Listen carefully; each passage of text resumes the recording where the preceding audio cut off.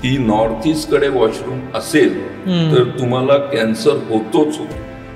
प्रत्येक कुंडलीमध्ये काही देवता असतात, तर ते कुठले कुठले देवता असतात आणि ते कसं ओळखायचं? वास्तूमध्ये एक 45 देवता त्या फिक्स असतात.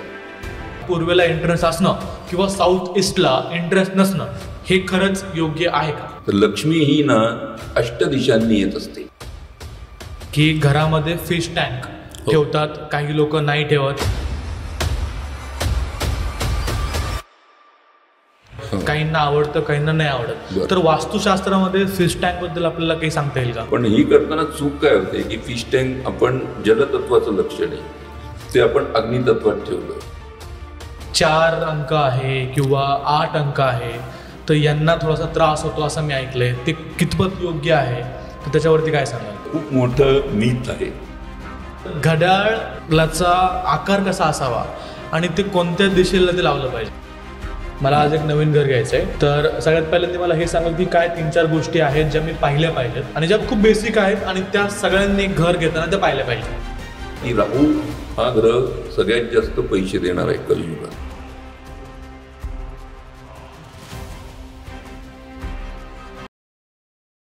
तुमचं घर सगळ्या सुख सुविधांनी भरलेलं आहे, पण तरीही मन शांत नाही.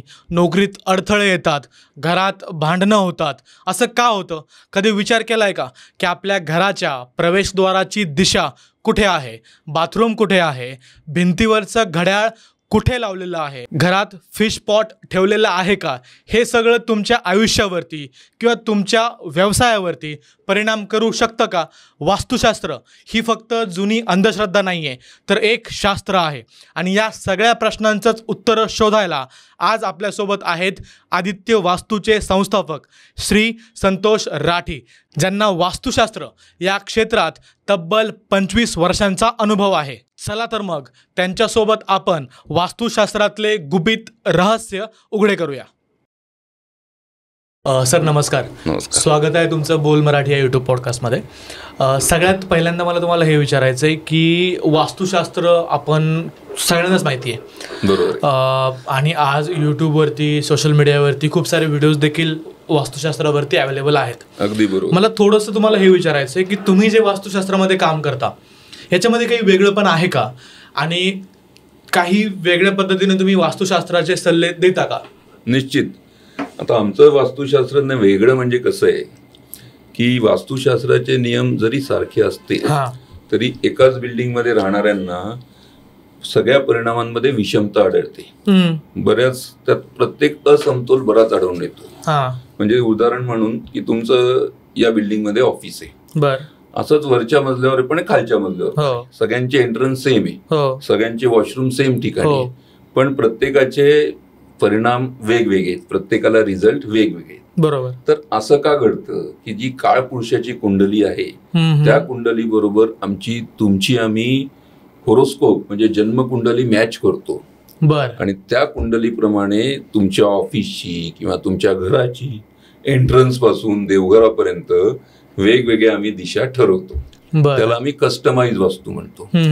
तसंच कसं असतं की एखादा ऍडव्होकेट असेल तर त्याला वेगळी देवता महत्वपूर्ण ठरते. म्हणजे ती नॉर्थ वेस्ट मध्ये रुद्र देवता आहे, ती शत्रूवर नेहमी पराभव करणारी देवता आहे. तर तिथे त्यांना बसणं किंवा त्या ठिकाणून एंट्रन्स असणं हे खूप महत्वाचं ठरतं. तसेच सावित्री म्हणून एक देवता आहे वास्तुशास्त्रात, तर तिने यमाशी वादविवाद करून स्वतःच्या नवऱ्याचं परत मिळवलं. तर म्हणजे थोडक्यात तुम्ही यम म्हणजे वास्तुशास्त्रात जजमेंट देणारा, त्यांच्याशी वादविवाद करून तुम्ही स्वतःच्या हिशोबाने जे काय आर्ग्युमेंट करून स्वतःच्या हिशोबाने निकाल लावू शकता, ती सावित्री. तर ऍडव्होकेटचं वास्तू बघताना आपण नॉर्थ वेस्ट आणि साऊथ ईस्ट या 2 दिशा बघतो. तसं एखादं हॉटेल आहे त्याची चव खूप चांगली पाहिजे, तर त्या मग आपण जलतत्व म्हणजे नॉर्थ ईस्ट पासून नॉर्थ त्या दिशांना महत्व देतो. एखाद्याचा उदबत्तीचा परफ्युमचा कारखाना आहे तर ते साऊथ वेस्ट म्हणजे पृथ्वी तत्वाशी जोडलेलं असतं, मग ते करताना आपण त्या दिशांना बघतो. म्हणून प्रत्येकाचं जे कार्यकत्व असतं आणि त्याची कुंडली असते त्याप्रमाणे आपण प्रत्येकाचं कस्टमाइज वास्तू करतो. म्हणजे माझ्या कुंडलीच्या अकॉर्डिंगली, म्हणजे माझा जो बिझनेस आहे, माझं जे काम आहे त्याच्या अकॉर्डिंगली मला वास्तूमधले वेगवेगळे देवता महत्व वेगवेगळं असणार आहे. अगदी बरोबर. आणि मग त्यांच्यासाठी जर मी काम केलं किंवा त्याच्या अकॉर्डिंगली मी जर माझी वास्तू किंवा माझं ऑफिस जे आहे ते कस्टमाइज जर केलं तर त्याचा मला चांगला फायदा होऊ शकतो. बरोबर. आता तुम्ही मगाशी म्हटलात की वास्तूमध्ये प्रत्येक कुंडलीमध्ये काही देवता असतात. हो. तर ते कुठले कुठले देवता असतात आणि ते कसं ओळखायचं? नाही, आता वास्तूमध्ये एक 45 देवता त्या फिक्स असतात. बरं. पण कुंडलीमध्ये तुमच्या कुंडलीत एक तुमचे सगळ्यात जास्त अधिमित्र देवता कुठले असतात, अतिशत्रू देवता कुठले असतात, किंवा तुमची इष्ट देवता एक वेगळी निघते. तर ते कुंडलीच्या अध्ययनमध्ये 9 अंश कुंडलीच्या वर एक पेज असतं, त्याच्यात सगळं ताराचक्र म्हणून लिहिलेलं असतं. त्यावर तुम्हाला सगळे नक्षत्राची 27 नक्षत्रांची माहिती मिळते. त्यातलं कुठलं नक्षत्र तुमचं अतिमित्र आहे, कुठलं अतिशत्रू आहे, मग त्या नक्षत्रांचं वेगवेगळे गोष्टी असतात, प्रभाव कुठला असतो, कुठल्या दिशेला पडलेले असतात, त्यावरनं आपण ते सगळं ठरवतो. बरं, ठीक आहे. वास्तूमध्ये एक खूप कॉमन गोष्ट आहे जी सगळेच लोक पाळतात आणि त्याचा म्हणजे पाहतात. कोणाला माहिती नसेल तरी तो माणूस एवढा म्हणतो की पूर्वेला माझ्या घराचे एंट्रन्स असावी, साऊथ ईस्टला माझं घराचं एंट्रन्स नसावं. तर हे खूप कॉमन आहे. तर याच्या माग काय सायन्स आहे आणि हे खरंच महत्वाचं आहे का? पूर्वेला एंट्रन्स असणं किंवा साऊथ ईस्टला एंट्रन्स नसणं हे खरंच योग्य आहे का? तर आता हे बघा, खूप चांगला प्रश्न विचारला. तुमच्या माध्यमातून मी बऱ्याच लोकांचे गैरसमज दूर करतो. तर लक्ष्मी ही ना 8 दिशांनी येत असते.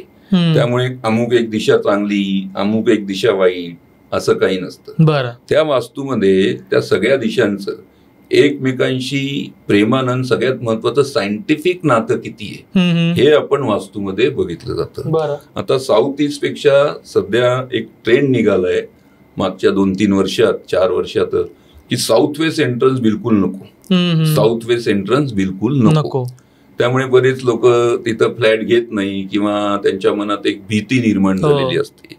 तर असं काही वास्तुशास्त्रात नाहीये की साऊथ वेस्ट एंट्रन्स नसतो. तुमच्या कुंडलीत जर तुमच्या कुंडलीत 3रं, 6वं किंवा 10व्या 11व्या स्थानात राहू असेल तर तुमच्यासाठी साऊथ वेस्ट दिशा अतिशय महत्वाची ठरते, अतिशय महत्वाची ठरते. मी कित्येक लोक अशी बघितलेली आहेत की तिथं राहून त्यांचं घर पण साऊथ वेस्टला आहे, ऑफिस पण साऊथ वेस्टला आहे, अर्बोपती खरबोपती झालेले आहेत.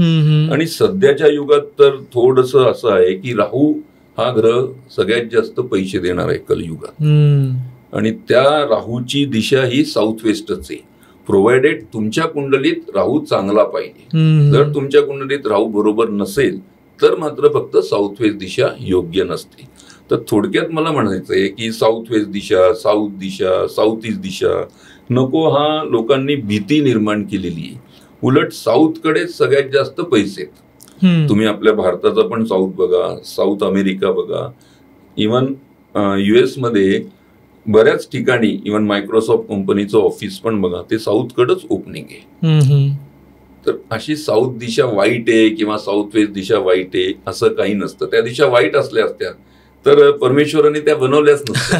फक्त कुठल्याला कुठली दिशा सूट आहे हे त्यांच्या कुंडली मार्फत आपण ठरवतो. बरोबर बरोबर. अजून एक खूप लोक पाहतात की घरामध्ये फिश टँक ठेवतात, काही लोक नाही ठेवत, काहींना आवडतं काहींना नाही आवडत. तर वास्तुशास्त्रामध्ये फिश टँक बद्दल आपल्याला काही सांगता येईल का? हो हो. आता घरामध्ये ना बऱ्याच ठिकाणी ट्रेंड असा आहे की फिश टँक ठेवतात समृद्धीसाठी, पैशासाठी. तर खरोखर फिश टँकची कल्पना कशी असते की कुंडलीत, एखाद्या कुंडलीत जर राहूला बलवान करायचं असेल, राहूची चांगली फळं घ्यायची असेल तर माशांना अन्न टाकायचं, ही सुरुवातीला कल्पना होती. पण बऱ्याच घराजवळ काही नसतात मासे किंवा विहीर लांब असतात, समुद्र लांब असतो, मग ती टाकणार कशी, म्हणून त्यांनी ती फिश टँकची कल्पना काढली आणि त्यांना अन्न देण्यासाठी. आणि नंतर जनरल कोणीही फिश टँक घरी ठेवू लागलं. पण ही करताना चूक काय होते की फिश टँक आपण जलतत्वाचं लक्षण आहे ते आपण अग्नितत्वात ठेवलं किंवा पृथ्वी तत्वात ठेवलं. म्हणजे त्याचा अर्थ काय होतो? म्हणजे पंचतत्व आहेत, 5 तत्व आहेत. त्यात जलतत्व असतं, अग्नितत्व असतं, आकाश तत्व असतं, पृथ्वी तत्व असतं, वायू तत्व असतं. तर त्यातली काही तत्व ना एकमेकांच्या विरोधी असतात आणि काही तत्व एकमेकांचे मित्र असतात. तर जलतत्वाचे शत्रू म्हणजे अग्नितत्व आणि पृथ्वी तत्व आहे. बरं. म्हणजे अग्नी तत्व म्हणजे काय असतं, पाणी अग्नीला विझून टाकतं, म्हणजे त्याचा काय आपल्याला अग्नीचा उपयोग होत नाही, पाण्याचाही उपयोग होत नाही. आणि पाण्याला अडवणारे कुठलं आहे तर पर्वत वगैरे गोष्टी किंवा जमिनीखाली सगळं पाणीच आहे, पण ते पाण्याचा फ्लो येत नाही कारण की पृथ्वी तत्वांनी त्याला अडवलंय. म्हणजे पृथ्वी जलतत्वाचे आपल्याला सगळे फायदे मिळत नाही. तसंच तुम्ही अग्नितत्वात जलतत्व ठेवलं तर तुमच्या फायर विझून जाईल, कमी होईल. अशाच गोष्टी तत्वांचा वेगवेगळं असतं पंचतत्वांमध्ये.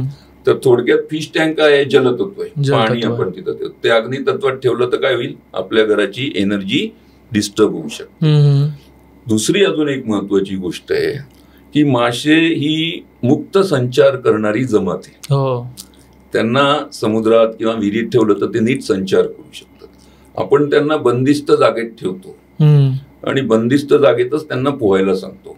थोडक्यात असं करून आपण काय करतो, आपल्या महत्वाकांक्षांना बांध घालत असतो. आपल्या प्रगतीच्या मध्ये तो सगळ्यात मोठा स्पीड ब्रेकर ठरतो, कारण की त्यांना आपण बंदिस्त जागेत ठेवतो. या माशांना तुम्ही अन्न रेग्युलर देता, याच माशांना तुम्ही जरा समुद्रात जाऊन सोडलं तर ते पोहू शकणार नाही. त्यामुळे फिश टँक हा घरात बिलकुल ठेवू नये आणि तो असेल तर तो काढून टाकावा. आम्ही बऱ्याच ठिकाणी असे केले ते गोष्टी. फिश टँक काढल्यानंतर त्यांचे फुलांचे बरेच व्यापारी होते की त्यांचं एक्सपोर्ट झालं, बऱ्याच गोष्टी चांगल्या घडल्या. त्यामुळे आणि फिश टँक वगैरे हे सगळं चायनीज संस्कृतीकडनं आलेलं आहे. आपल्या भारतीय वास्तुशास्त्रात त्याचा कुठेही उल्लेख नाहीये. सो तुम्ही सगळ्यांना हात सल्ला देताय फिश टँक अजिबात नसावा, आणि जर असला तरी तो अग्नी असला शक्यतो नसावा म्हणजे तुमच्या. आणि तुम्हाला चाकोरीबद्दल जीवन जगायचं असेल तर ठेवा तुम्ही. म्हणजे आपल्याला, मला असं वाटतं की मी सल्ला देईन फिश टँक नसावा घरामध्ये, फिश टँक नसावा. बरोबर, छान. अजून एक घरामधला खूप महत्वाचा भाग असतो, तो असतो आपला वॉशरूम किंवा आपण शौचालय, WC आपण ज्याला म्हणतो. तर त्याची जागा काही फिक्स असावी का, त्यात काही वास्तूचा सल्ला तुम्ही देऊ शकता का? हो, निश्चित देतो. की घरामध्ये ना वॉशरूम आहे ना, हे साऊथ वेस्ट म्हणजे नैऋत्य आणि साऊथ, दक्षिण दिशेच्या मध्ये एक साऊथ वेस्ट विसर्जन झोन आहे. तिथे जनरल वॉशरूमची जागा आपण करतो. नंतर वेस्ट ऑफ नॉर्थ वेस्ट तिथं कोपभवन, त्याची एक दिशा ठरलेली आहे, तिथं आपण वॉशरूम करू शकतो. नंतर ईस्ट ऑफ साऊथ ईस्ट, हे वेगवेगळे झोन आहेत वास्तूमध्ये, 16 झोन आहेत. तर तिथं एक मंथन असतं, माणूस अति विचार करतो कधी कधी, त्यामुळे त्याच्या प्रगतीला हे पडतं, तर तिथं आपण ठेवू शकतो. तर ही वॉशरूमची 3 ठिकाणी जागा वास्तूमध्ये ठेवलेली असते. पण त्याच्याच बरोबर चुकून एखाद्या, आता 4-4 बेडरूमचे फ्लॅट असतात, कुठे ना कुठे त्यांना वेगळ्या झोन मध्ये पण वॉशरूम करणं अत्यावश्यक असतं. तर आता सध्या एक भ्रम सगळीकडे, म्हणजे एक खोटी अफवा पसरवलेली आहे की नॉर्थ ईस्ट कडे वॉशरूम असेल तर तुम्हाला कॅन्सर होतोच होतो. आम्ही ऍज अ वास्तुशास्त्रज्ञ कधीच नॉर्थ ईस्टच्या वास्तूला सपोर्ट करणार नाही. तिथे नको आहे वॉशरूम, पण तिथे असेल तर कॅन्सर होतोच होतो, हे मात्र संपूर्ण खोट आहे. आता दुसऱ्या ठिकाणी वॉशरूम असेल तर काय कॅन्सर होणार नाही का, असं काही नाहीये. आणि आपल्याला नॉर्थ ईस्टच्या वॉशरूमला पण रेमेडी करता येते. आता ही लोक अजून त्याच्यावर वेगळीच रेमेडी सांगतात की समजा नॉर्थ ईस्टला वॉशरूम असेल तर तुम्ही निळ्या कलरची तिथे टेप लावा, निळ्या कलरची टेप. तर आता नॉर्थ ईस्टला वॉशरूम हे काही ते चुकीचं आहे. म्हणजे त्याला आपण समजा वास्तूमध्ये -100 मार्क दिले, -100 मार्क दिले. आणि ते जलतत्व आहे, नॉर्थ ईस्ट म्हणजे जलतत्व. पाण्याचा कलर कुठला आहे, निळा कलर आहे. ठीक आहे. तर आता -100 ऑलरेडी मार्क आहे, तिथं आपण शुभ म्हणजे +100 गुणलं, शुभ कलरनी गुणलं, उत्तर काय येणार, -10,000 येणार. सायंटिफिकली जर आपण विचार करायला झाला की तिथं त्या -100 ला +10,000 मध्ये येण्यासाठी आपल्याला कशाने गुणलं पाहिजे, तर तिथं -100 नीच गुणलं पाहिजे. म्हणजे जलतत्वाचा जो अपोजिट कलर आहे, त्याचा जो शत्रू कलर आहे, त्या कलरची टेप तिथं लावणं खूप गरजेचं असतं. म्हणजे शत्रू कलर कुठला होईल? आता जलतत्वाचं शत्रू तत्व आहे पृथ्वी तत्व, कारण की ते जलतत्वाचे परिणाम कमी देतात. जसं मध्ये खडक येतात किंवा जसं मी म्हणलं पृथ्वी येते, तर त्या पृथ्वी तत्वाचा कलर आहे येलो कलर. त्यामुळे तुम्ही तिथे वॉशरूम मध्ये येलो कलरची टेप लावली तर तुमचे परिणाम त्याचे चांगले होऊ शकतात. आता असं सांगितल्यावर लोक काय असतं, कोणाचा 1 बेडरूमचा फ्लॅट असतो, 2 बेडरूमचा फ्लॅट असतो, त्या लोकांनी काही घर सोडून निघून जायला पाहिजे? पॉसिबल नाहीये ते. तर लोक प्रॉब्लेमवर लक्ष देऊन त्या प्रॉब्लेम मोठा करतात. जेव्हा लोक तुमच्याकडे आलेली असतात वास्तुशास्त्रात, तेव्हा त्यांना तुम्ही रेमेडी दिली पाहिजे. त्यांचं लक्ष प्रॉब्लेम सोडून सोल्युशनवर जास्त द्यायला पाहिजे. करेक्ट. आणि आता जगात उलट चालू आहे की साऊथ ईस्ट कडे बोर असेल तर तू संपला, तुझ्या आयुष्यात गेले सगळं. तसं नसतं. ही लोक सगळी प्रॉब्लेमवर भर देतात आणि आम्ही सोल्युशनवर भर देतो. प्रॉब्लेम पेक्षा सोल्युशन महत्वाचं आहे. आता एक क्लिप म्हणून रिसॉर्ट आहे पाचगणीमध्ये, त्यांचं साऊथ ईस्ट मध्येच बोर आहे, पण तिथं आम्ही खूप वेगळ्या रेमेडीज केल्या. त्याच्यानंतर ते खूपच जोरात आता 1 नंबरवर चालतंय. तर ते बोर सगळ्या रेमेडियल सायन्स मध्ये सगळं शक्य आहे. बरं, मला काही तुम्ही रेमेडीज सांगू शकता का? जर आज एखाद्या व्यक्तीला समजा नवीन घर घ्यायचंय, मला आज एक नवीन घर घ्यायचंय, तर सगळ्यात पहिल्यांदा मला हे सांगा की काय 3-4 गोष्टी आहेत ज्या मी पाहिल्या पाहिजेत आणि ज्या खूप बेसिक आहेत आणि त्या सगळ्यांनी घर घेताना त्या पाहिल्या पाहिजेत? बरोबर. आता मी वारंवार म्हणतोय की घर घेताना किंवा आम्ही वास्तू करताना आम्ही कस्टमाइज वास्तू, त्यामुळे सगळ्यात अगोदर आम्ही त्याचं कुंडली पाहणार. आणि कुंडलीच्या अध्ययनानुसार आमच्या काही बऱ्याच वेगवेगळ्या मेथड आहे. 9 आहे, D4 चार्ट आहे, 9 चार्ट आहे. त्याच्यावरनं आम्ही अष्टक वर्गाचा एक अभ्यास करतो. अष्टक वर्गात मग सगळ्यात जास्त चांगले गुण कुठे मिळाले त्या सगळ्या वेगवेगळ्या चार्टनुसार तिथे आम्ही त्यांना दिशा सजेस्ट करतो. बरं. नंतर त्याच्या कुंडलीत भाग्यस्थान हे सगळ्यात महत्वाचं असतं, ते देवाचं स्थान पण असतं. तर भाग्यस्थानाचा मालक हा त्यांच्या कुंडलीत कुठे पडलाय तिथं आम्ही त्यांना देवघराची दिशा सांगतो. आणि बाकी मग त्यांच्या कारकत्वानुसार की ते कुठलं कार्य करतायत आता, की ते बाबा एजेड आहेत किंवा बाकी गोष्टी काय आहेत, त्यांचं तर रनिंग इन्कम पाहिजे त्यांना, त्या दिवसाने आम्ही त्यांना वेगवेगळं घर सजेस्ट करतो. म्हणजे ठराविक नियम आम्ही त्यांना लावत नाही. बरं, असं काही जनरल नाही सांगता येणार आपल्याला की हे सगळ्याच गोष्टींनी पाहावं, जसं की एंट्रन्स आहे, वॉशरूम आहे, ते त्या दिशेला असावं, असे काही अजून काही गोष्टी किंवा नियम आहेत की ज्या सगळ्यांना लागू होतात? काही कमी जास्त प्रमाणात होतील त्यांच्या कुंडलीवरनं किंवा त्याच्यामध्ये आपल्याला काही करता येईल, बट असे काही इन जनरल जे सगळ्यांना लागू होतील जे त्यांनी घर घेताना पाहावं? इन जनरल नियम म्हणजे तुमची म्हणजे काय नको ते मी सांगतो. इन जनरल बर की साऊथ ही दिशा कधी वर गेलेली खाली गेलेली नको, ती नेहमी एक तर समांतर पाहिजे किंवा टोटल प्लॉटच्या किंवा टोटल घराच्या थोडं वर पाहिजे. ती चुकून खचली साऊथ, कारण की ब्रह्मस्थानांपासून ज्या एनर्जी निघतात त्या तिथपर्यंत पोहोचल्या पाहिजे आणि पृथ्वी ही नॉर्थ ईस्ट कडे थोडी खाली गेली, त्यामुळे साऊथ ही नेहमी वर पाहिजे, ते इकडं खाली नको. आणि जनरल याच्यात की एंट्रन्सचे काही नियम असे आहेत की ते जुन्या वास्तूमध्ये आपल्याला लेखात दिलेले आहेत, पण ते सध्याच्या याच्यात छोटी घरं असतात ते ऍप्लिकेबल होत नाहीत. म्हणजे आता त्यांनी दिलेलं आहे इथं किचन पाहिजे, साऊथ ईस्ट कडेच किचन पाहिजे, नॉर्थ ईस्ट कडेच देवाचं घर पाहिजे, पण सध्याच्या युगात हे शक्य होत नाही. काहींचं एका रूम मध्ये 2 रूम मध्ये घर असतं. आणि ही सगळी जी आपण वेगवेगळ्या गोष्टी ऐकतो किंवा बघतो ही सगळी एक प्रजा वास्तू आहे आणि आम्ही जे करतो ते राजा वास्तू करतो. तर थोडक्यात तुम्हाला मी राजा वास्तूचं सांगतो की साऊथ ईस्ट कडेच किचन पाहिजे असं काही नाहीये. तुम्ही कोणालाही हल्ली आर्किटेक्ट पासून लहान मुलाला जरी विचारलं किचन कुठे पाहिजे तर तो म्हणेल साऊथ ईस्टला. तसं साऊथ ईस्ट पेक्षा नॉर्थ वेस्ट कडे किचन पण जास्त प्रभावित ठरू शकतं. त्याचं कारण मी सायंटिफिक कारण सांगतो की साऊथ ईस्ट हा अग्नितत्व आहे. तिथे एक तुम्ही 100 रुपयाचं मटेरियल आणलं, एक होम करायचं आहे आपल्याला, की तूप आणलं, लाकडं असले, समिधा आणल्या आणि तिथे तुम्ही होम केला तर अग्नितत्व आहे, तिथे होम होईल, व्यवस्थित होईल. तुम्ही 100 रुपयाचं मटेरियल असलं तेवढा तुमचा 100 रुपयाचा होम होऊन जाईल, तेवढा अग्नी. पण हेच तुम्ही वायू झोन, जिथे वाऱ्याचा झोन आहे, हेच मटेरियल तुम्ही तिथे ठेवलं आणि तिथे होम केला तर वारा अग्नीला सहाय्य करतो. बरोबर. वाऱ्यामुळे अग्नी पेटेल जास्त, तिथनं जास्त ज्वाला येईल.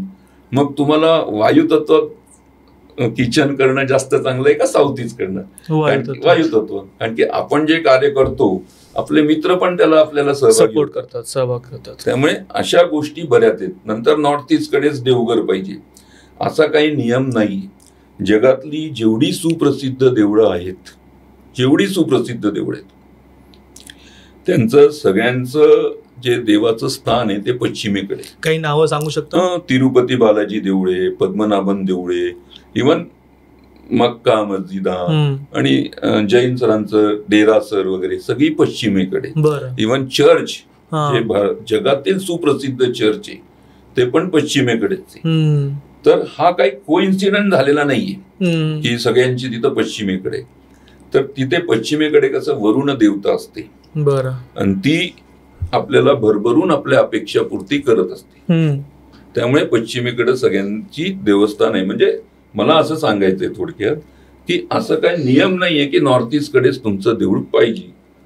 पश्चिमेकडे तर देवळात खूप भरभराट होऊ शकते. आता तुम्ही एक मला आता विचारलं होतं की कुठलं काही बघायचं नाही, तर त्यात अजून एक सगळ्यात महत्वाची गोष्ट बघायची की सगळीकडे कुठेही वॉशरूम असेल तर आपण रेमेडी करू शकतो, पण पश्चिमेच्या मधलं वॉशरूम असेल मध्ये तर तुम्ही ते घर काही करून घेऊ नका पश्चिमेच्या मध्ये. कारण की तिथं देवाचं स्थान आहे. तिथे जर वॉशरूम असेल तर काही काळानंतर आपल्याला त्रास होणारच होणार. आणि तेच लोक बऱ्याच ठिकाणी चूक करतात की पश्चिम म्हणजे सूर्यास्ताचं निगेटिव्ह दिशा. तर असं काही नाहीये, ती प्रॉफिट अँड गेनची दिशा आहे. तर तिथे शक्यतो वॉशरूम नको. त्याच्यावरती काहीच रेमेडी नाही जर पश्चिमेला असेल तर आपण करू शकतो, पण बघताना आपल्याला चान्सच आहे. एखादं घर केलेलं आहे तिथे 100% रेमेडी करतो. पण तुमचा प्रश्न असा होता की नवीन घरामध्ये तर तिथं मग कशाला तुम्हाला मिळतील ना, बाकी अवॉइड करायला पाहिजे. बरोबर. तुम्ही ज्यावेळेस एखादी कुंडली पाहता किंवा वास्तुशास्त्राचे सल्ले देताना तुम्ही त्यांची कुंडली पाहता, कुंडली सोबत अजून काही गोष्टी आहेत का ज्या तुम्ही पाहता आणि ज्याचा सल्ला तुम्ही देता? आता कुंडली सायन्स हे जे आहे हे सगळ्यात महत्वाचं सायन्स आहे. हे इसवी सनापूर्वी 20,000 वर्षापूर्वीचं अस्तित्वात आलेलं आहे. इव्हन कुंडली शास्त्रानुसारच जगात मॅथ्सची जी रचना झाली आहे, मॅथमॅटिक्स, ती कुंडली शास्त्रानंतरच झालेली आहे. 1 ते 9 डिजिट जे आलेले आहेत ते कुंडलीवरनच त्यांना कॅल्क्युलेशन करण्यासाठी, नक्षत्रांचे कॅल्क्युलेशन करण्यासाठी आलेले. तर या कुंडली शास्त्राचं सगळ्यात महत्वाचं आहेच आहे. आणि त्याच्याबरोबर आम्ही टॅरो कार्ड पण बघतो, थोडं टॅरोचा पण वापर करतो. आणि 100% जर 50% कुंडलीचा वापर करतो, 20% थोडा टॅरोचाही वापर करतो आणि 2-5% न्यूमरोलॉजीचा वापर करतो. कारण की सध्याची न्यूमरोलॉजी जी प्रचलित आहे आणि आपली वैदिक न्यूमरोलॉजी ती खूप वेगळी होती. ती खूपच वेगळी होती. आता टॅरो कार्ड आपण का करतो? कारण टॅरो कार्ड म्हणजे माणसाचं अंतरंग, सब कॉन्शियस माइंड असतं आणि कॉन्शियस माइंड. पण सब कॉन्शियस माइंडचा प्रभाव जास्त पडत असतो. त्यामुळे टॅरो कार्ड मधनं जशी काही कार्ड येतात तसं आपण त्याचा वास्तूमध्ये पण उपयोग करून घेऊ शकतो. बरोबर. मला थोडंसं न्यूमरोलॉजी बद्दल सांगाल का? की मी खूप वेळेस ऐकलंय आणि रील्समध्ये पाहिलंय 4 अंक आहे किंवा 8 अंक आहे तर यांना थोडासा त्रास होतो असं मी ऐकलंय. ते कितपत योग्य आहे? तर त्याच्यावरती काय सांगाल? हे बरंच खूप मोठं मिथ आहे 4 आणि 8 बद्दल पसरवलेलं. आता जनरल मी पण तुम्ही म्हणता तसं मी बरेच रील ऐकत असतो की 8 नंबरला खूप असं असतो, त्रास असतो, ते कधीच यशस्वी होत नाही. तर मला तुम्ही सांगा, अगोदर आपल्या भारताचे पंतप्रधान कोण होते? मनमोहन सिंग. त्यांची बर्थ डेट होती 26. त्यांनी भारतात बरीच मोठी अर्थक्रांती केली. सध्याचे पंतप्रधान आहेत नरेंद्रजी मोदी. त्यांची बर्थ डेट आहे 17. त्यांनी आपला भारताचं नाव पूर्ण जगात बरंच मोठं केलं. तर मागच्या 25 वर्षात भारतावर जी अनिर्बंध सत्ता फक्त 8 नंबरच करतोय. आता इलॉन मस्क यांचं नावाची जर बेरीज केली तर 8 नंबरवर येते. आणि 8 नंबरचं श्रीकृष्ण हा 8वं रूप आहे. श्रीकृष्ण, त्यांना 8 बायका होता, 8 दिशांबरोबर, म्हणजे सगळ्या मिळून 8 आपण दिशा मानतो उपदिशांबरोबर. श्रीकृष्ण जन्माष्टमीलाच आले, इव्हन 8च ते प्रतीक आहे. तर जगात 8 नंबरला का असं लोकांनी उगीच हे करून टाकलंय ते मला कळत नाही. तर 8 नंबर हा प्रभावी असतो. त्याच्याबरोबर तुम्ही म्हणला होता 4 नंबर. ही उदाहरणं मी का देतोय म्हणजे लोकांच्या मनातली भीती कमी व्हायला पाहिजे. आता अजितदादा 7 वेळा मला वाटतं सलग मुख्यमंत्री आहेत, माननीय अजितदादा. त्यांचाही नंबर 22 आहे, म्हणजे ते 4चेच आहे. नंतर देवेंद्रजी फडणवीस ते पण 4 नंबरचे. तर 4 नंबर आहे ना, हा राहू प्रेझेंट करतो. राहू कुठलेही जर तुम्ही इंडस्ट्रीत बघा, 2 पार्टनर असतील, त्यातला एक 4 आणि एक 8 असेल, त्यांचा इंडस्ट्रीची प्रोग्रेस 100% होणारच होणार. खूप कमी याच्यात त्यांचा पब्लिक इश्यू निघेल, एक्सपान्शन होईल. किंवा मिसेस आणि नवरा बायको मध्ये आपापसात 4 आणि 8 असेल तर त्यांची बरीच चांगली जोडी जमते. कारण की 8 नंबर ही शनीला रिप्रेझेंट करतो आणि 4 नंबर हा राहूला रिप्रेझेंट करतो. आणि आत्ताच्या युगात तुम्हाला भरमसाठ प्रोग्रेस करायची असेल तर हे 2 नंबर खूप महत्वाचे असतात, 4 आणि 8. याचं असं काही कारण नाही की 1 आणि बाकी नंबर खराब असतात. प्रत्येक नंबरचं परत असंच वेगळं अस्तित्व आहे, वेगळी सगळ्या गोष्टी आहेत. त्यामुळे पर्टिक्युलर 4 आणि 8 फक्त मी भीतीसाठी सांगतोय. 4 आणि 8 नंबर बद्दल जी भीती पसरवलेली आहे ती अतिशय चुकीची आहे.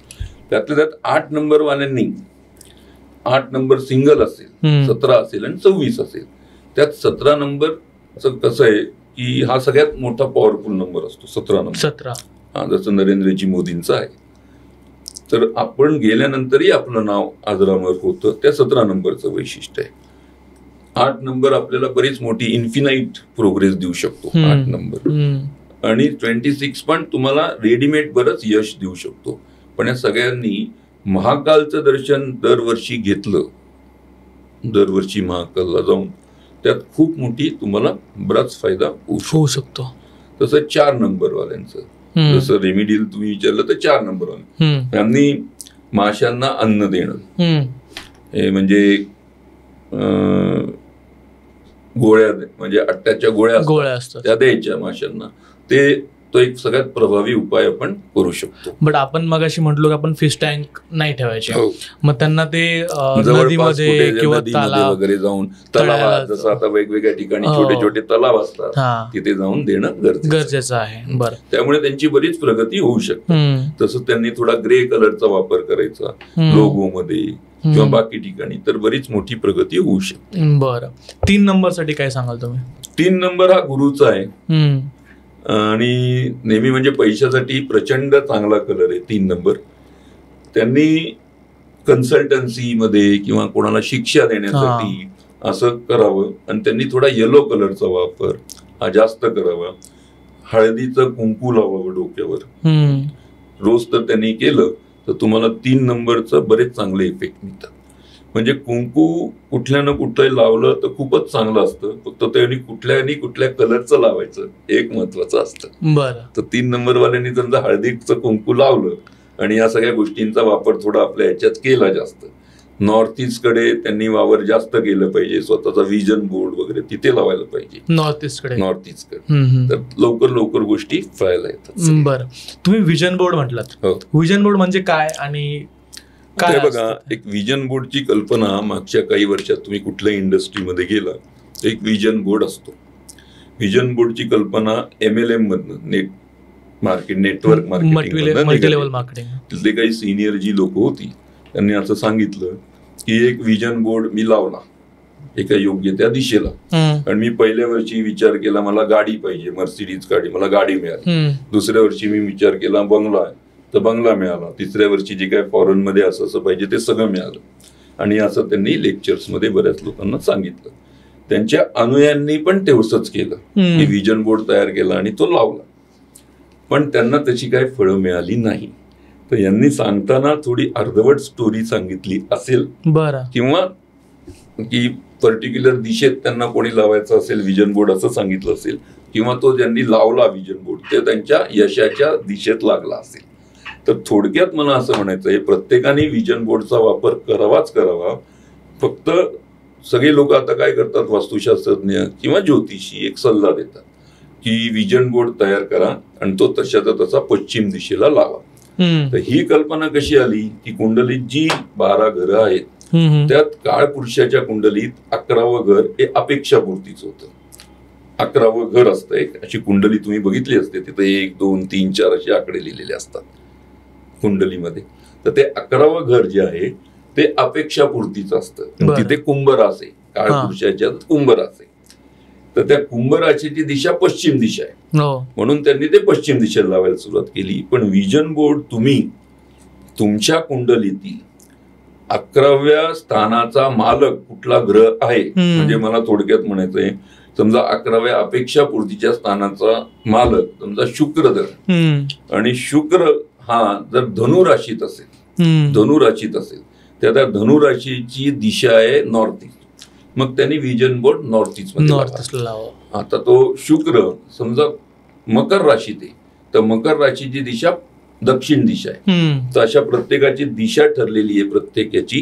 त्या दिशा पण मी तुम्हाला पाठवीन, तर ते बघून तुम्ही त्या त्या दिशेला विजन बोर्ड लावू शकता. आणि तो विजन बोर्ड लावणं म्हणजे काय, मला या वर्षी काय करायचंय, कितपर्यंत मला मजल गाठायची आहे, आणि ते मला त्यातनं मिळालेले जे अर्थार्जन आहे ते मी कशासाठी वापरणार आहे हे पण आपण तिथं लिहिलं पाहिजे. आणि नुसतं मला बाबा 10 कोटी पाहिजे, पण ते कुठनं आले पाहिजे हे पण लिहिले पाहिजे. हा विजन बोर्ड जर तुम्ही लावला पर्टिक्युलर दिशेत, तुम्हाला सूट होणाऱ्या दिशेत, तर 100% तुम्हाला खूप चांगली रेमेडी तयार होते आणि खूप चांगला उपयोग पण होतो. बरोबर. सो त्यांनी त्याच्या कुंडलीच्या अकॉर्डिंगली त्या दिशेला तो विजन बोर्ड लावा. नुसतं लावायचंच नाही, तर प्रत्येक तत्व असतं. म्हणजे जलतत्व असतं, पृथ्वी तत्व असतं. तुमची दिशा समजा पृथ्वी तत्वाची निघाली तर त्याचं एक मेटल असतं, तर तिथं ब्रासचा मेटल, ते चौकोनीच पाहिजे. मग तो मेटल कट करून तुम्ही चौकोनीच लावा. पश्चिम दिशेला निघालं तर तिथे राऊंड शेप मध्येच विजन बोर्ड लावायचं.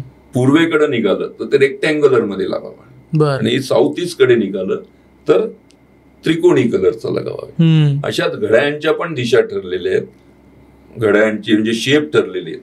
जसं विजन बोर्डचे शेप आहेत तसंच घड्याळांचे पण शेप असतात, ते तुम्ही पर्टिक्युलर ठिकाणी लावू शकता. बरं, थोडंसं मला घड्याळांबद्दल सांगा ना. आज आपण मोस्टली जे घड्याळ असतात ते एकतर गोल असतात, हो, नाहीतर चौकोनी.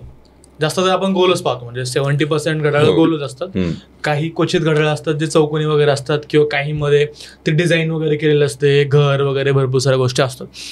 तर घड्याळाचा आकार कसा असावा आणि ते कोणत्या दिशेला ते लावलं पाहिजे? हे बघा, घड्याळाचा आकार, वेगवेगळे आकार, कुठलाही आकार त्या माणसाच्या कुंडली प्रमाणे चालतो. म्हणजे असं काही नाही की तुम्हाला गोलच घड्याळ पाहिजे किंवा चौकोनी पण पाहिजे. आणि ती लावायची दिशा जनरल लोक म्हणतात पूर्वेला लावायचं, उत्तरेला लावायचं, तर असंही नाही.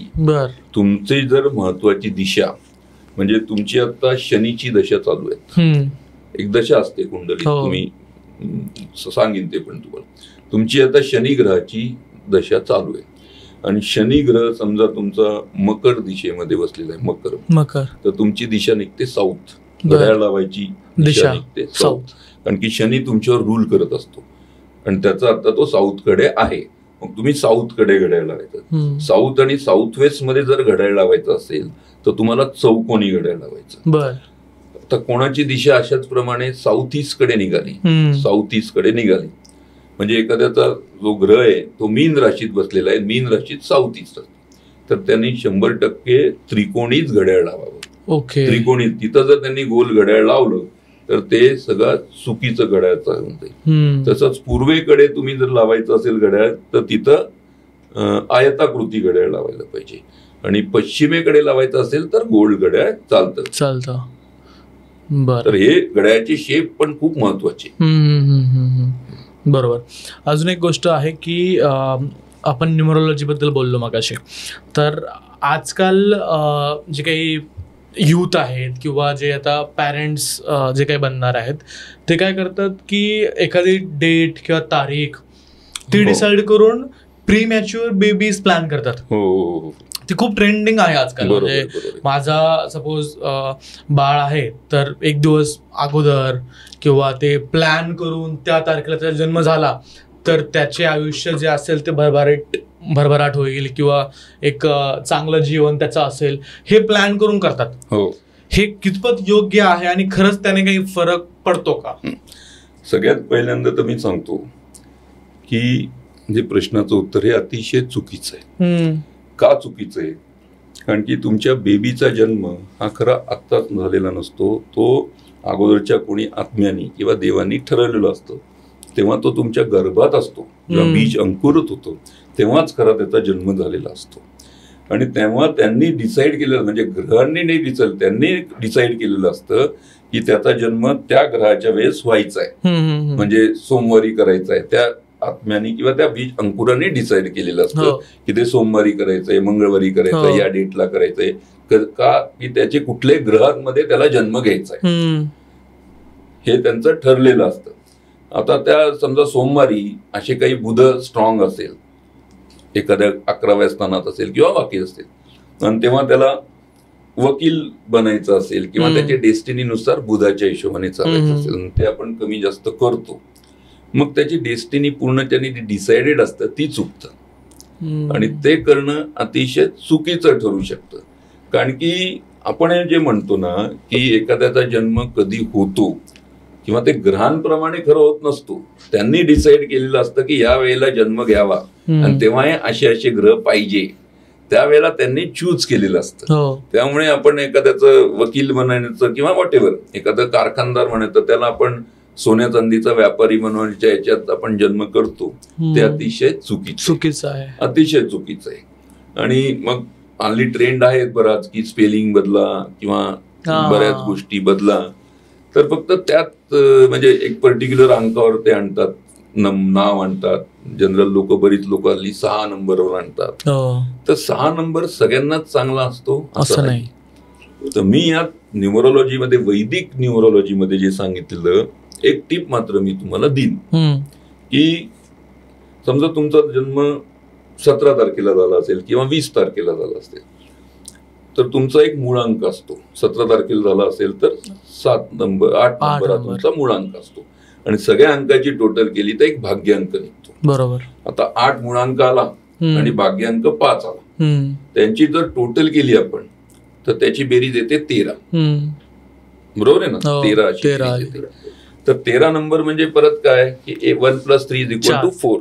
तर तुमचं नाव समजा तुम्ही 4 नंबरवर केलं तर तुम्हाला बराच खूप चांगल्या गोष्टी येतात, खूपच चांगलं. हे वैदिक न्यूमरोलॉजीमध्ये सांगितलेलं आहे की अशी दोघांची नाव आणि सरनेम. 4 अंक म्हणते इंग्लिश अल्फाबेट पाहिजेत की मराठीमध्ये 4? नाही, ते एकच असतात, ABCD अशा त्यांचे प्रत्येकाचे हे दिलेले असतात. बरं. तर त्या हिशोबाने तुम्ही जर केलं तर तुम्हाला खूप चांगले, म्हणजे नावाबाबतीत तुम्हाला खूप चांगला इफेक्ट मिळतो.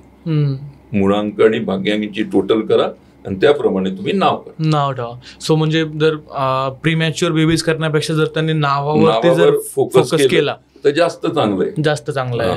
कारण की विधात्याने जे लिहिलेलं आहे ते आपण मॅनमेड प्रमाणे चुकीचं करणं अतिशय चुकीचं आहे. बरोबर. इव्हन म्हणजे बेबीज तर नंतर, बट त्याच्या अगोदर लग्नातही लोक ते गुणपत्रिका किंवा ते किती गुण मिळतात वगैरे तेही करतात. सो त्याच्याबद्दल तुमचा काय सल्ला असेल? ते बरोबर आहे बघा, लग्नात एक कॉम्प्युटराइज किंवा बाकी पण अगोदर सगळे बघायचे, नाडीपासून सगळ्या गोष्टी बघायचे, त्याच्यावरनं जनरल किती गुण मिळतात, 30, 33, 36, 32 जे काय असतील ते 28. आता गुणमिलन जे असतात आणि जनरल पंडितजी आपल्याला कल्पना देतात की एवढे चांगले गुण मिळत आहेत, तुम्ही काम करा. तर आता राम आणि सीताचे पण 36 गुण मिळाले होते, पण त्यांचं वैवाहिक आयुष्य खूप चांगलं गेलं नाही. बऱ्याच ठिकाणी आपण असे दाखले बघतो की गुण मिलन खूप चांगलं मिळत आहे पण त्यांचं आयुष्य पुढे प्रॉब्लेमॅटिक होऊ शकतं, त्रास होतात. आता माझ्याकडं एक हैदराबादहून कुंडली आली होती. त्यांना सगळ्या आजूबाजूच्या लोकांनी सांगितलं की 33 गुण मिळालेले आहेत, आम्ही आता लग्न करायला यांनी हरकत नाही. माझ्याकडे जन्म आली होती तेव्हा आम्ही सगळ्यात महत्वाचं गुणमिलनांबरोबर दुसरं काय बघतो तर नवमांश कुंडली. दोन्ही जातकांची अतिसूक्ष्म कुंडली एक असते, त्याला नवमांश कुंडली म्हणतात. म्हणजे लग्न करताना ती सगळ्यात महत्वाची मानली जाते. मी पहिल्यांदाच ऐकतोय. हो, नाही, बऱ्याच लोकांना कल्पना आहे पण त्याचं ते यूज करत नाही. म्हणजे शास्त्रात लिहिलेलं आहे की नवमांश कुंडली लग्न बघताना बघावीच बघावी. तर त्यात स्थानं असतात, नवमांश कुंडलीची स्थानं असतात. तर नवमांश, आता मुलीचं बघायचं असेल तर मुलीच्या 7म स्थानाचा जो मालक असतो, ग्रह कुठलाही मालक असतो, तो जर मुलाच्या 1ल्या स्थानाचा मालक, हे दोन्ही मालक जर चांगले मित्र असतील तर त्यांनी पुढे लग्न करायला हरकत नाही. आणि ते जर शत्रू असतील तर मात्र मला वाटतं किती चांगले गुण मिळाले तरी त्यांनी लग्नाचा विचार करू नये. म्हणजे नुसतं गुणमिलन मिळून पुढे जाणं हे चुकीचं आहे. आणि गुण मिळाल्यानंतर म्हणजे नवमोष कुंडलीचा वापर करणं हे अत्यावश्यक आहेच आहे. गुणमिलनात फक्त नाडी बघायला पाहिजे, नाडीचं तुमचं बरोबर आहे ना, बाकी पुढे मात्र तुम्ही नवमोष कुंडली लग्न करताना. आणि दुसरी गोष्ट तुम्ही युथचं आता विचार सांगितलं की युथ प्रेम प्रकरण असतं आणि ते लग्नापर्यंत आल्यानंतर आपण पत्रिका मिळते का वगैरे हे सगळं पाहतो. पण तुमचं जर खरोखर प्रेम आहे तर मग तिथे पत्रिका वगैरे बघून काय म्हणजे त्यातनं तुम्ही मानसिकरित्या जर प्रेमात आहात तर मग तुमच्या घरात ज्या काही गोष्टी करून की तुम्ही काही असेल अडचण तरी ती दूर करायचं. म्हणजे प्रेमाला कधीच वार्धक्य येत नाही, हे त्रिकालाबाधित सत्य आहे. म्हणजे तिथे मग पत्रिकाशास्त्र वगैरे काही बघता प्रेम जर असेल तर मग पत्रिका नाही पाहिली तरी चालेल. हो, काहीच नाही. खऱ्या प्रेमाला खरंच कधीच वार्धक्य येत नाही. खूप छान. मग तिथं बिलकुल पत्रिका नाही बघितली तरी चालतं. बरोबर. मला असं वाटतं हे जे क्लिप आहे ना, हे जे काही प्रेमामध्ये युवक आहेत त्यांनी त्यांच्या आईवडिलांनी पाठवावी आणि त्यांना सांगावं की प्रेम जर असेल तर कुंडली पाहायचं काही गरज नाहीये, फक्त त्यांनी वास्तुशास्त्रानुसार काही करून टाकायला पाहिजे. बरोबर. सर, मला अजून एक प्रश्न असा विचारायचा आहे की आज वास्तुशास्त्राबद्दल खूप सारे मिथक देखील आहेत, मिथ्स देखील आहेत, तर काही मिथ मला सांगू शकता का? हा, आता सगळ्यात मोठा मिथ मी तुम्हाला बोललो होतो की ते फिश टँक ते ठेवायचा, एकामागून एक दरवाजे नको, किंवा आपल्या बेडच्या समोर आरसा नको. ह्या म्हणजे त्याला कुठेही काही लिहिलेलं नाहीये, काही नाहीये. सगळ्यात हल्ली तर इथपर्यंत करतात की तुमचा कुठलाही नळ हा गळका असला तो गळका नळ बदलावा, हे ठीक आहे, पण त्यामुळे तुमची लक्ष्मी जाते. ह्या छोट्या छोट्या गोष्टींबद्दल, किंवा घरात पितृ लोकांचे फोटो लावायचे नाही, ही अजून एक सगळ्यात मोठी मीथ आहे. तर उलट आम्ही तर नेहमी म्हणतो की घरात पितृ लोकांचे फोटो लावायचे आणि त्यांची दिशा साऊथ वेस्ट आहे. कारण की आपल्या शरीरात त्यांचे जीन्स असतात, त्यांनी रानामनात एवढे कष्ट केलेले असतात, तेव्हा आपला जन्म झालेला असतो. आपण त्यांनाच आठवण नाही केली तर उपयोग होत नाही. तुम्ही बघा तुमच्या सिटीत किंवा कोणत्याही सिटीत ज्या 300-400 वर्षापूर्वीच्या पिढ्या आहेत, यशस्वी पिढ्या आहेत, सोनार असतील, मिठाईवाले असतील, कोणी असतील, त्यांच्या शॉपमध्ये पण बघा आणि घरामध्ये पण बघा, एक पर्टिक्युलर ठिकाणी त्यांच्या 5-5, 7-7 पिढ्यांचे फोटो लावलेले असतात. तर हे सगळे मिथ उगीच लोक पसरवतात आणि या सगळ्या मिथ करण्यामागे वास्तुशास्त्रज्ञ धावतात. त्यापेक्षा त्यांनी सायंटिफिक वास्तुशास्त्र जर केलं तर ते सगळ्यात महत्वाचं ठरतं. आता सायंटिफिक वास्तुशास्त्र म्हणजे काय की मी वारंवार आता तुम्हाला सांगितलं की वास्तूमध्ये 45 देवता बसलेल्या असतात आणि त्या देवतांचा नॉर्थ कडनं एवढ्या डिग्रीवर ही देवता, पश्चिमेकडनं एवढ्या डिग्रीवर ही देवता, अशा सगळ्या देवतांचं असतात. त्यात 33 देवता आहे, 12 असुर आहे. या देवतांचं तिथं सगळं आयोजन झालेलं असतं. पण बऱ्याच लोकांचं घर बघताना ते करेक्ट 0 डिग्री नॉर्थवर नसतं. हो, सगळ्यांचं घर आजकाल थोडं तिरकं असतं. कोणाचं 20 डिग्री असेल, कोणाचं 10 डिग्री असेल, कोणाचं 30 डिग्री असेल. तर जेव्हा असं तिरकं होतं तर देवता तर हलणार नाही, त्यांना तर परमेश्वराने फिक्स केलेलं आहे इथे नॉर्थ कडनं एवढं, पण घर हललेलं असतं. त्या याच्यात काय होतं की बऱ्याच देवता आपल्या घराबाहेर जातात आणि बऱ्याच देवतांचे प्रमाण वाढतं, म्हणजे त्यांचा एरिया वाढतो. त्याचे दुष्परिणाम पण आपल्याला मिळतात. तर आपलं वास्तुशास्त्रानं आम्ही असं करतो की ज्या देवता तुमच्या घराबाहेर गेलेल्या त्या शोधून काढून त्या परत पुनर्प्रस्थापित करायच्या आणि ज्या काही देवतांचं प्राबल्य उगीच वाढलं असेल त्यांचं परत नॉर्मलाइज करायचं. तर हे सगळ्यात मोठं एक सायंटिफिक वास्तूचं महत्वाचं कॅल्क्युलेशन ठरतं. म्हणजे सायंटिफिक वास्तूनं आपल्याला ते घराचा जर अँगल मागे पुढे झालेला असेल तर ते आपल्याला व्यवस्थित करता येतात. त्यात आमच्या बऱ्याच पूजा पण असतात इंडस्ट्रीत किंवा प्रत्येक कुठल्याही फ्लॅटमध्ये. वास्तू शांतीच्या अगोदर किंवा एखादं घर घेतलेलं असेल कोणी तरी पण आम्ही जमिनीखालच्या बऱ्याच ट्रीटमेंट करतो. त्या पूजामध्ये सगळ्या देवतांचं, त्यांचे क्रिस्टल, वास्तुपुरुष, नंतर त्याचा उंबरा वगैरे सगळ्या आम्ही बसवतो. आमच्या बऱ्याच अशा वेगवेगळ्या इंडस्ट्रियल किंवा रेसिडेन्शियल पूजा पण असतात. बरोबर. आता इंडस्ट्रियल तुम्ही म्हणताय तर आजकाल इंडस्ट्रीमध्ये वास्तुशास्त्र पाहणं हे खूप वाढलंय. एखादा व्यवसाय स्टार्ट करायचा आहे, एखादी इंडस्ट्री फॅक्टरी सुरू करायची आहे, तर वास्तूचं पाहतातच लोक आजकाल. तर मला तुमचा काही असा एक्सपिरियन्स सांगाल का, मे बी इंडस्ट्रियलमधला असेल किंवा रेसिडेन्शियलमधला असेल, असा एखादा व्यक्ती आहे त्याला तुम्ही वास्तुशास्त्रामध्ये काही तुम्ही चेंजेस केले किंवा बदल केले आणि त्याच्यानंतर त्याच्या बिझनेसमध्ये म्हणा, त्याच्या वैयक्तिक आयुष्यामध्ये म्हणा, त्याला ते जाणून आलं, प्रकर्षानं जाणून आलं, असं काही एक्झाम्पल्स आहेत का? आता मी बोलता बोललो एक क्लिपचं बोललो. क्लिप रिसॉर्टचं आम्ही केलं होतं, ते बरेच वर्ष पूर्ण होत नव्हतं. नंतर आपलं वास्तुशास्त्र झाल्यावर 1 नंबरपणे ते खूपच प्रसिद्ध चालतं. नंतर दुसरं आता आम्ही हेमंत इंडस्ट्रीज म्हणून आहे पिंपरी चिंचवड तळवडेमध्ये, तर त्यांची आम्ही एक इंडस्ट्रियल पूजा केली.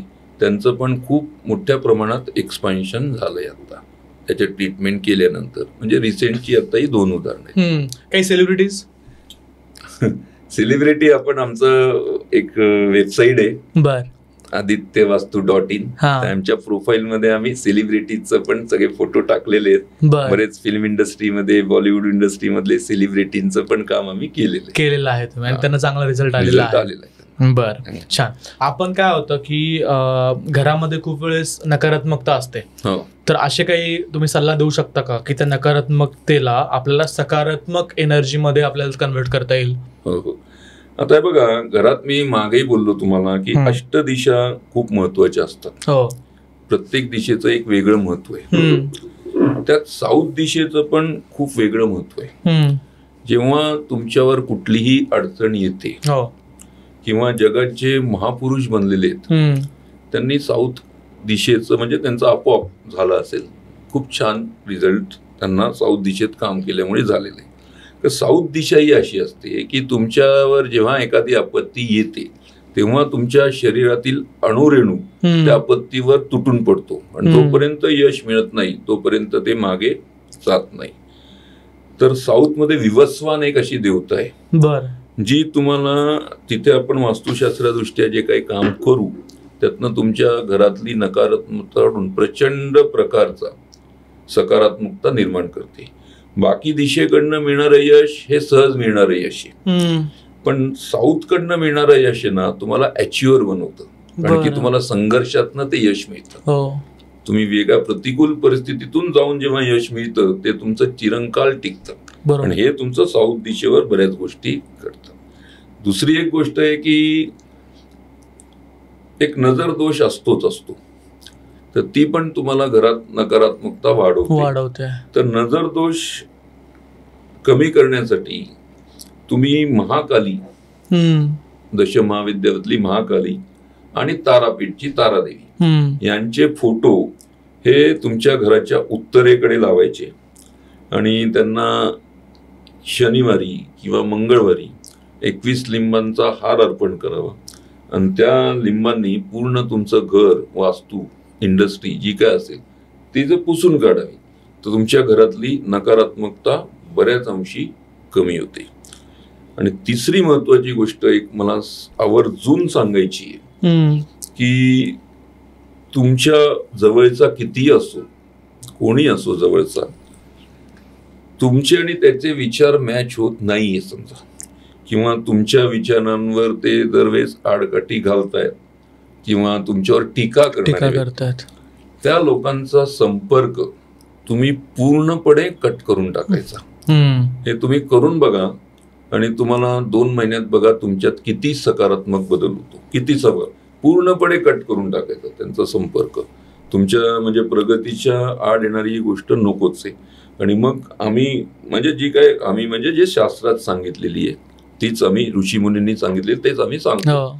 तुमची जी दिशा असते, प्रगतीची दिशा, योग्य दिशा, त्या दिशेत बसून तुम्ही जे काय विचार मंथन कराल, प्रार्थना कराल, तुमच्याबद्दल जे खूप चांगलं चित्र जे मी तिथे बघाल तेच चित्र तुमच्यामध्ये हळूहळू अवतरून येतं. तर या 2-3 गोष्टी खूप महत्वाच्या आहेत. खूप छान सल्ला सर तुम्ही ऑडियन्सला आज दिला. आपण आज वास्तुशास्त्रामागचं सायन्स काय आहे ते पाहिलं, तुम्ही घराची दिशा कशी असावी, फिश टँकबद्दल सांगितलं, आपण इवन कुंडलीबद्दलही डिस्कस केलं, त्यासोबतच तुम्ही इंडस्ट्रीमधले तुमचे जे काही एक्सपिरियन्स आहेत ते सांगितले आणि त्यासोबतच कुंडली आज आपण वास्तुशास्त्र ज्यावेळेस माझा जो अभ्यास होता, मी जे ऐकलं होतं ते वास्तुशास्त्र खूप वेगळं होतं, आणि तुम्ही आज जे मला वास्तुशास्त्र समजून सांगितलंय त्याच्यामध्ये कुंडलीचा किती मोठा हात असतो किंवा त्याला आपण कशा प्रकारे चांगल्या पद्धतीनं वापरू शकतो ते सांगितलं. न्यूमरोलॉजीबद्दल आपण सांगितलं, 4 अंक 8 अंक याच्याबद्दल जे काही गैरसमज आहेत तुम्ही ते आज दूर केले. म्हणजे आज वास्तुशास्त्राला पाहण्याचा दृष्टिकोन खरंच माझा बदललाय, आणि मला या गोष्टीची खात्री आहे की जे काही लोक हे पाहतायत त्यांचा देखील वास्तुशास्त्राकडे पाहण्याचा दृष्टिकोन नक्कीच बदलला असेल. तुम्ही आज आम्हाला टाइम दिला त्याबद्दल धन्यवाद. मी तुमचेही डिटेल्स जे असतील ते डिस्क्रिप्शनमध्ये टाकेल.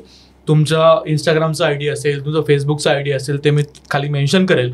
जे काही ऑडियन्स असतील, जे काही प्रेक्षक असतील, जर तुम्हाला सरांबद्दल अजून माहिती घ्यायची असेल, तुम्हाला तुमच्या कुंडलीच्या अकॉर्डिंगली तुमच्या वास्तूमध्ये तुमचं घर असू द्या, तुमचा बिझनेस असू द्या, किंवा तुमचं काही चेंजेस करायचे असतील तर तुम्ही सरांना कॉन्टॅक्ट करा, त्यांचा एकदा सल्ला घ्या. मला या गोष्टीची खात्री आहे की त्यांच्या सल्ल्यानं तुमच्या आयुष्यामध्ये नक्कीच भरभराट येईल. मी सरांबद्दल एक तुम्हाला सांगतो की त्यांचे जे काही सल्ले आहेत ते फायनान्शियलसाठी किंवा तुमचं जे काही पैसा येण्याचे जे काही रेमेडीज त्यांचे आहेत त्यानं तुम्हाला नक्कीच फायदा होणार आहे. सो त्यांना आवर्जून एकदा कॉन्टॅक्ट करा. सर, थँक्यू सो मच तुम्ही आम्हाला टाइम दिल्याबद्दल. धन्यवाद. थँक्यू. आपल्याला एक बदलायचंय. बरं, ते क्लिपचं मी नंतर बोललो ना, ते वाक्य थोडं बदलायचंय. चालेल, आपण घेऊया परत. कुठल्या क्लिपचं म्हटलं? आता तुम्ही विचारलं ना कुठले क्लायंट असे आहेत का, शेवटचं ते हेमंत इंडस्ट्रीचं योग्य राहून द्या. क्लिप बद्दल मी फक्त बोललो, ते कट करून. ठीक आहे. मी काय करतो, मी प्रश्न परत विचारतो, मग आपण परत त्याच्यावरती आन्सर देऊया. ठीक आहे, चालेल. सर, मला अजून एक प्रश्न तुम्हाला विचारायचा आहे की तुम्ही एवढ्या वर्षांपासून काम करतायत, तर मला जर तुम्ही काही क्लायंट तुमचे असतील, आता तुम्ही इंडस्ट्रीमध्येही काम करतायत, तुम्ही रेसिडेन्शियल क्लायंट तुमच्याकडे असतील, तर असे काही जर तुम्ही एक्झाम्पल मला देऊ शकलात की त्यांच्या बिझनेसमध्ये वास्तुशास्त्रामध्ये बदल करण्याच्या अगोदर आणि बदल केल्याच्या नंतर कसे कसे चेंजेस झाले, आणि काही एक्झाम्पल तुम्ही जर मला दिले तर बरं होईल. आता ते मी मध्ये बोललो की क्लिप रिसॉर्ट म्हणून, तर त्या मॅडम ज्या आहेत त्या ऍक्च्युली मुस्लिम आहेत. बरं. तरी पण त्यांनी आमच्यावर विश्वास ठेवून वास्तुशास्त्राप्रमाणे बऱ्याच गोष्टी केल्या. तर रिझल्ट आम्ही सांगण्यापेक्षा जगासमोर आहे, किंवा त्या मॅडमचं पण विश्वासार्हता आम्ही कशी प्रूव्ह करून दाखवली हे पूर्ण तुम्ही सातारा जिल्ह्यात किंवा पूर्ण भारतात आज क्लिफ रिसॉर्ट कसं आहे ते तुम्ही बघू शकता. आणि दुसरं ते हेमंत इंडस्ट्री म्हणून आम्ही काम केलं 3-4 महिन्यापूर्वी. तिथेही आम्ही खूप चांगली इंडस्ट्रियल पूजा केली, 45 देवतांपासून बरीच वेगळी. तर त्यांचं आज बरंच मोठं एक्सपोर्ट आणि बरंच मोठ्या यात गेलेले आहेत विदिन 4 मंथ्स. तर असे रिझल्ट आमचे बऱ्याच ठिकाणी आहेत.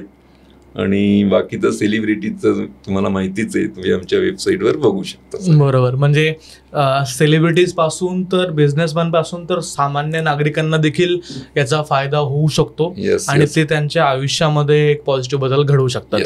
बरोबर.